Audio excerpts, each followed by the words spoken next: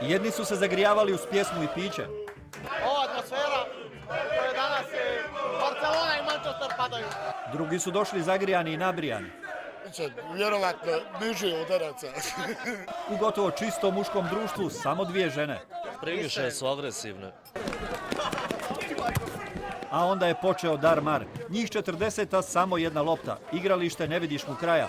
200 metara dužine i 10 širine. Čvrsti momci na čvrstoj podlozi.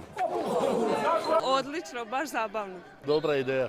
Ali bilo je još i boljih, pa je nastala utrka tko će prije do žutoga kartona, jer tko ga dobije... Mora ići popiti pivu na šank, dok ne popije nazad. Na pivu. Na žutim kartonima smo dobili gajbu pive i pola tuke. Ni loptama nije bilo lako, pa su se mijenjale svako malo. No jedna je bila sretna za dvostrukoga strijelca. Lakoćom jednostavno. Obrana je jako loša da bi me zadržala. Moja sreća je bespovratna. Što se igra još, a? Možda bi bilo i lakše da je igralište bilo manje.